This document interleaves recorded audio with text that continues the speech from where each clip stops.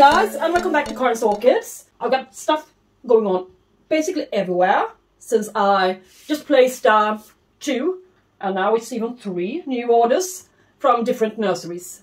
Do you know how hot it is here today?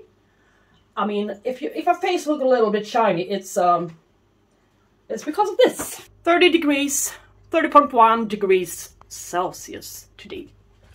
10 meters away from my window. Heat mats. And I wouldn't want to measure the temperatures in here. It's so hot, I wouldn't imagine. And I can't even open the window since it's too cold outside and too windy. And I wouldn't want any cold draft on my orchids. I don't think that's a good idea, especially not for the ones sitting in semi-hydroculture. I don't want the water reservoir to become too cold for them. Well, I may just be imagining things here, but 2 years ago, almost 2 years ago, they changed windows in my apartment to 3 glass windows in order to keep the heat inside the apartment and to save some energy, some money, of course, for the landlord. I got a little bit more hot area here with just a slight difference between nighttime temperatures and daytime. And not so much humidity. So I figured I had to come up with a solution for this matter. I got myself, today it arrived, my Adler 3-in-1 air cooler, 12-liter water tank.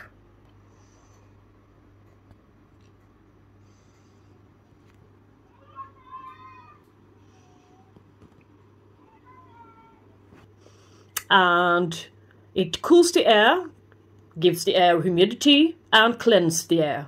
So 3-in-1, good price, what shall we say, €100 about, not even.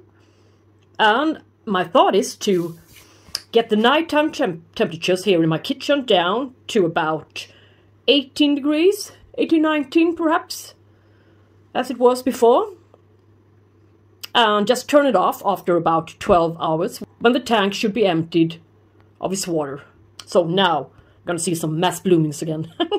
And if it doesn't work, at least I got myself a decent humidifier instead of, whoops, this little guy here has always seemed to be empty. So this is the day after, and on this day the handyman really turned off the heat mats. And now my kitchen temperature is back to its normal range, 26.4. So now I don't need the cooler. Yeah, I surely do need it. It's gonna be hot again this summer in this small kitchen of mine, so yeah. I will really try that one out and see if we can lower the nighttime temperatures and encourage some more blooming. Today, it's going to be one of those repot or not repot, that's the question videos. So let's sort out my latest Schwerter orchid haul. I have a tendency to always film really closely.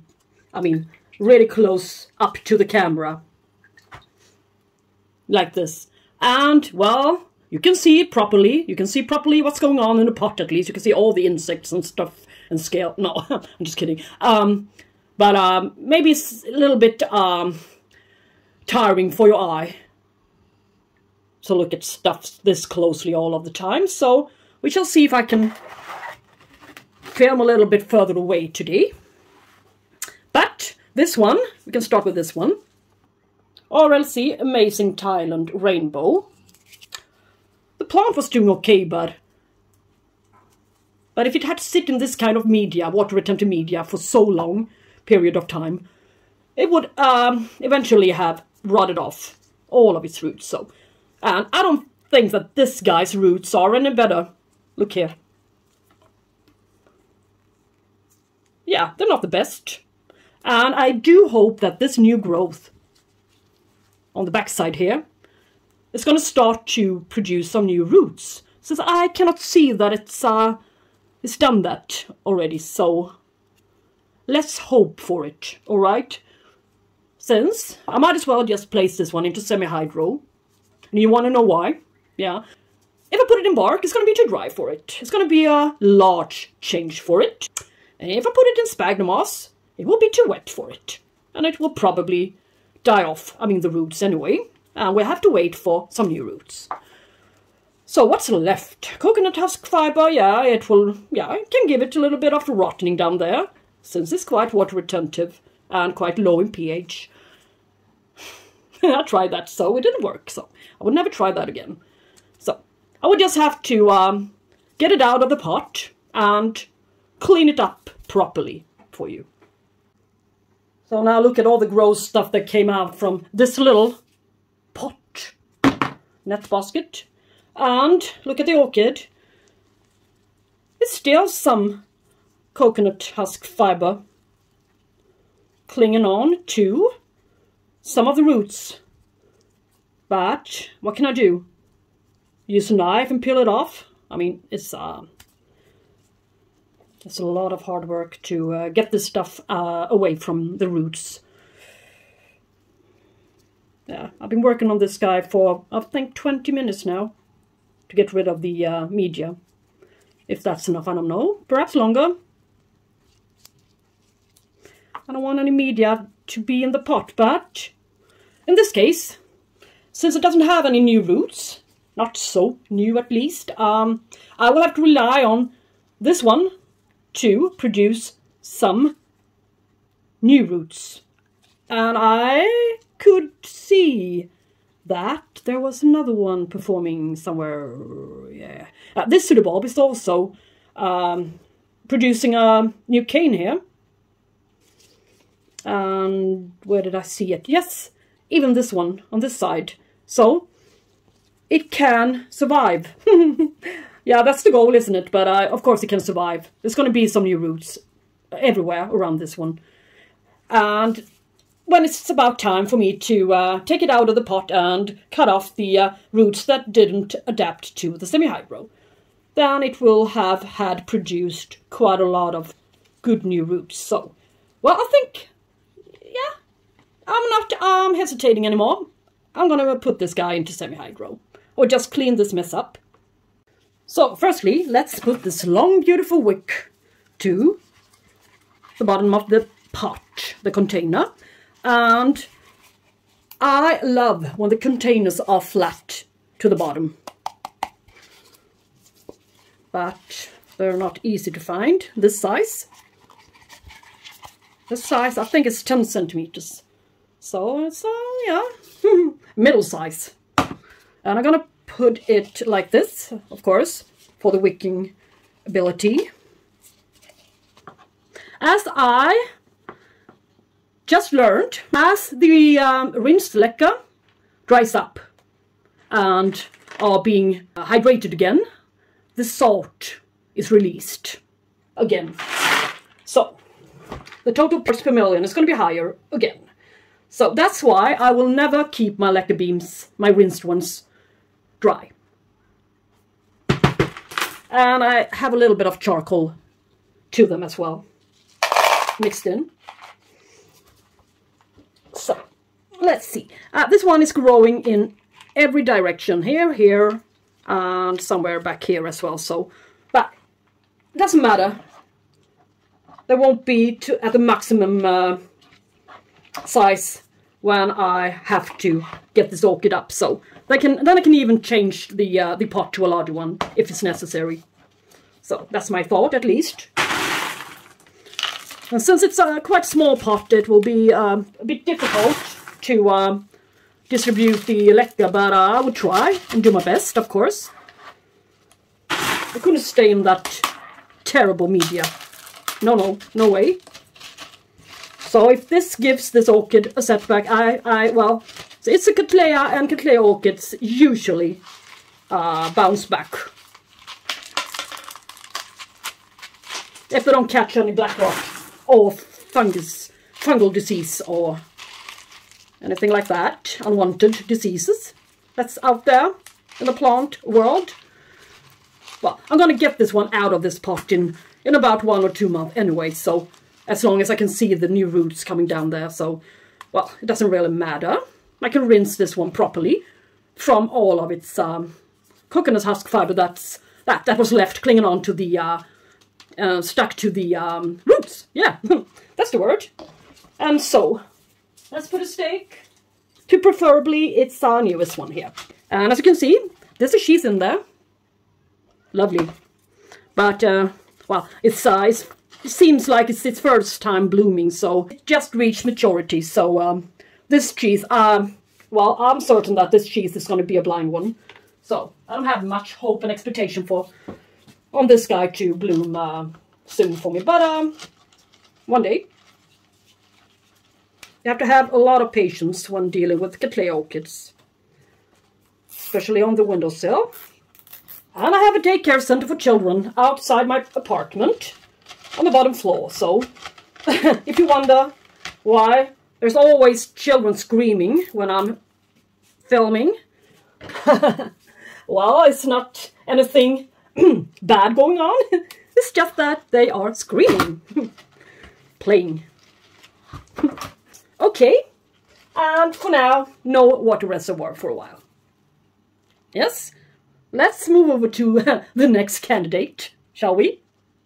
On this beautiful Cattleya, BC, Taiwan Big Lip. I really do like the looks of it. I think it's a good looking Cattleya.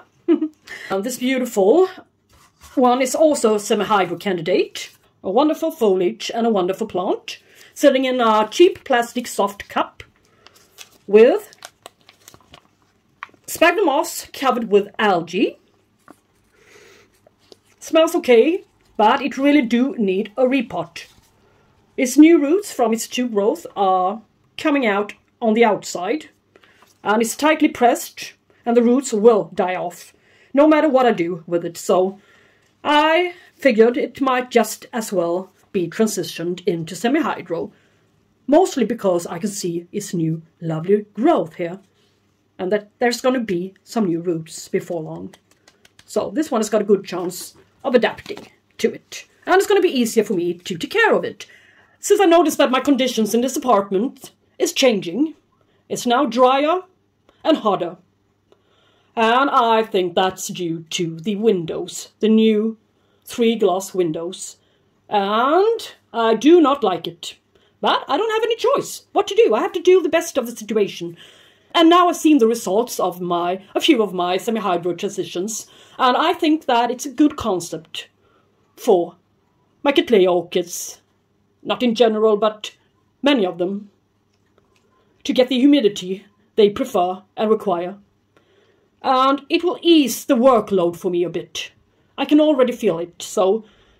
And to put some more effort on growing the orchids well, than only just have to flush them, water them, flush them, and bring them inside into my kitchen to water. It takes a shed load of hours, if you see what I'm aiming at. And it really takes a bit of the edge out of the orchid hobby and the happiness it brings. So this is beneficial to all of us. Alright, for now, let's get on with the repotting. And I'm not going to show this repotting to you. It's going to sit in a quite flat bottom 9cm plastic pot with a long wick to the side. And the same IKEA lacquer beams. So, this is what's going to happen with this guy. And my new Angraecum orchids. Small guys, Angraecum longiscott. This one should be flowering size, and it's producing a lot of new root tips and growing points here between the leaves. That's why they're bent downwards a bit. The new roots would like to come out. And yeah, quite a few new roots to the surface, not yet going down into the media. And of course I will have to get it out of this pot. This is a terrible soft pot. Lots of lovely root growth going on, and it's this one is shall we say adjusted to be sitting in a wet, really damp media. So I think that I can place this one into small size leca, and I'm still waiting for the delivery on that leca beams, 2 to 6 millimeters in size. Lucke beams. So, I'm gonna wait a bit. But now you know what I'm up to with these guys. Alright, this one, as well as this little guy, Angraecum, Crestwood, Tomorrowstar. Yeah, also adapted to be sitting in a lot of humidity. So I think they're gonna, yeah, they're not gonna be affected badly by the transition. So, that's what's gonna happen. And now, I have this Paphiopedilum. Lovely one with lovely veinings on its lip. Paphiopedilum venustum. And the name reveals the patterning on its lip. Veins. Yeah. But it's it's an interesting one to look at. A nice mottled foliage as well. Purple to the backside. I'm not going to repot it. It's going to sit in this media for a while. So, and what do I have here? 3 Phalaenopsis orchids from Schwerter. Yeah, of course. Since we're dealing with my Schwerter hold. Well, this one is almost making its way out of its pot all by himself. Well, it's been pushed around and thrown around during transport, so it's wobbly. As well as I don't see any reason for it to stay in bark media. I like to have the same type of orchid, the same genus, in the same kind of setup, so it will be easier to order them in sets, okay? It's a nice orchid. This Amboinensis, Phalaenopsis amboinensis. Good roots on it as well. And a nice pot to save for some other repottings in the future. And this orchid, this little Phalaenopsis Tetraspis, is already sitting in sphagnum moss, so it's not going to be a huge change for this guy. Yeah, but I'm going to change the whole lot here. So it's going to sit in new sphagnum moss. Yes. Yeah, quite good roots, I think. Small guy, but it's producing a new leaf and it's going to grow on quite fast, I think. And that kind of warmth I'm having here, so... It would be strange if I see no progress. They love the heat. They love really warm conditions. And this one is my, Phalaenopsis Cornu-cervi red. Lovely one. With a few dots on its leaves. Yeah, used to be sitting in sphagnum moss. And this moss well, we shall see. I might just let it stay in this moss. So I won't disturb it too much, as it's got a spike. Just lift it up. And put the 3 guys inside. Smoothie mugs. We're going to make 2 holes to the bottom. And put them down with sphagnum moss and perlite. Here's the project, the present project. This is how I want to keep them. I tried something else in between, and now I'm back to the basics. But the bad thing is that it catches algae. But it's easy just to get it out of its pot and get rid of the outside thin layer of algae-covered moss. And replace it with something else, with some new moss. Since I cannot find any outside containers that fits them properly, so, well, I will have to deal with the algae for a while. But it's an easy way of growing them. This is how I do it. I'm using my sprayer, and I simply just go over them until the water pours out from the hose to the side. Vampire bites, as I call them. Takes a while. Well, of course, you can bring your watering can instead, but, well, I prefer to just go over them like this, and, yeah, it's okay.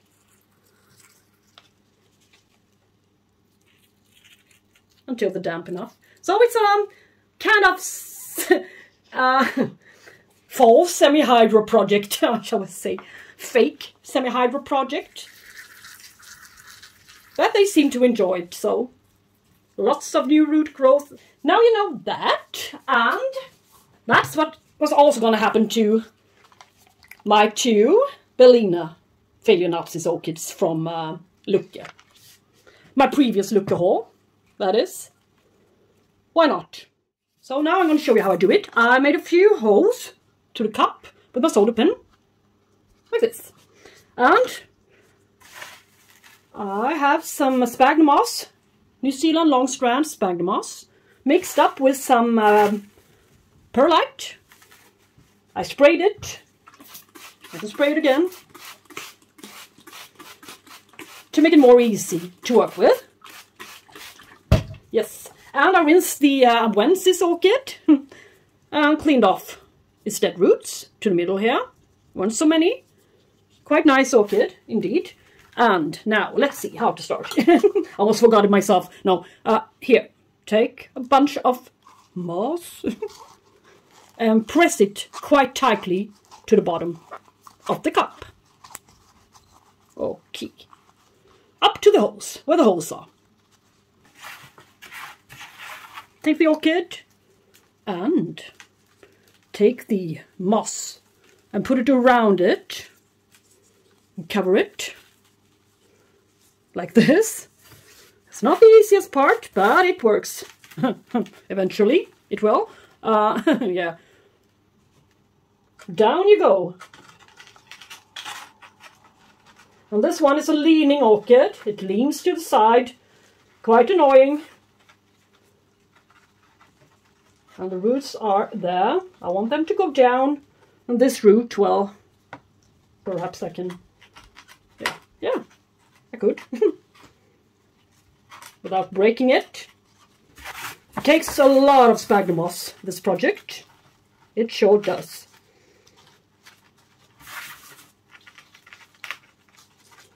And the roots, I would like them to go down and not to the outside. But it looks okay. Looks okay, I think. Yeah.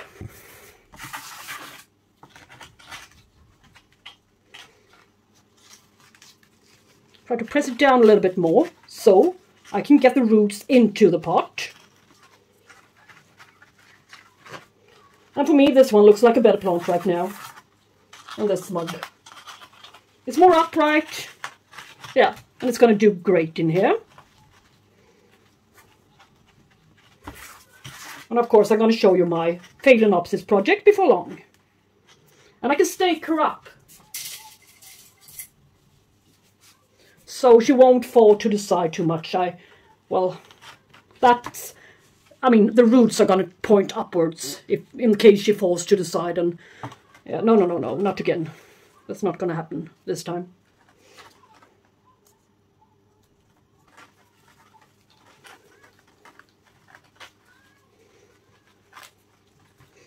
Oh no. Yeah. So, and place the tag, and she is all set, go. Get set, go, go, go. Oh, oh, yay. A unsatisfied little girl outside screaming. She wants her dad to do something with her.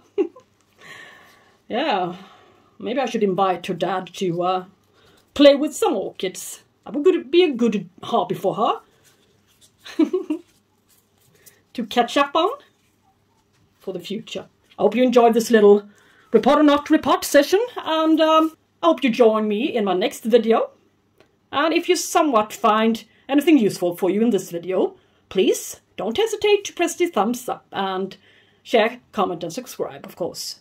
Until I see you next time, take care and thank you so much for watching. Yay! Bye bye!